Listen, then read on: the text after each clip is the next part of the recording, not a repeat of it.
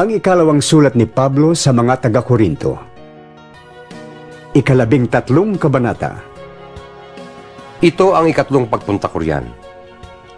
Ang anumang sumbong ay kailangang patunayan ng 2 o 3 saksi, gaya ng sinasabi ng kasulatan.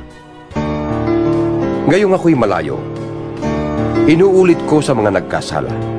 At sa iba pa, ang sinabi ko noong pangalawang dalaw ko. Wala nang patapatawad pagdating ko diyan. Gagawin ko ito upang patunayan sa inyong si Kristo ay nagsasalita sa pamamagitan ko. Hindi siya mahina sa pakikitungo sa inyo, kundi makapangyarihan. Kahit na siya'y mahina ng ipako sa krus, nabubuhay siya ngayon sa kapangyarihan ng Diyos. Dahil sa pakikipag-isa namin sa Kanya, kami mahina rin. Ngunit, sa pakikitungo sa inyo, kami ay mabubuhay na kasama niya sa pamamagitan ng kapangyarihan ng Diyos. Subukin ninyo ang inyong mga sarili kung kayo'y namumuhay ayon sa pananampalataya. Suriin ninyo ang inyong sarili. Hindi ba ninyo nalalamang nasa inyo si Kristo Jesus?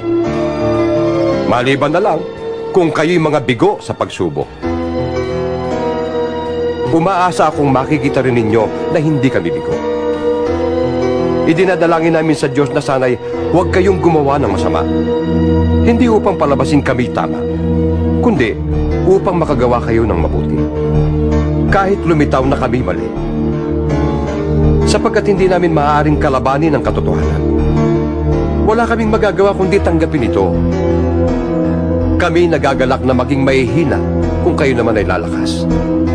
Kaya, idinadalangin rin namin kayo'y maging ganap. Isinusulat ko ang mga bagay na ito habang ako'y wala pa riyan, upang pagdating ko ay hindi na kailangan pang magpakita ako ng pagsip sa paggamit ng kapangyarihang ibinigay sa akin ng Panginoon.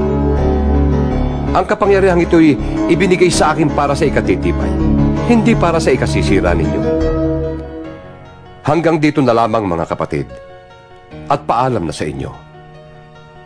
Sikapin ninyong maging ganap at sundin ninyo ang mga payo ko.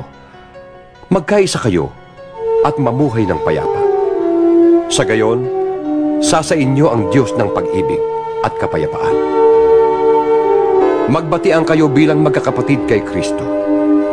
Kinukumusta kayo ng lahat ng mga kapatid sa iglesia.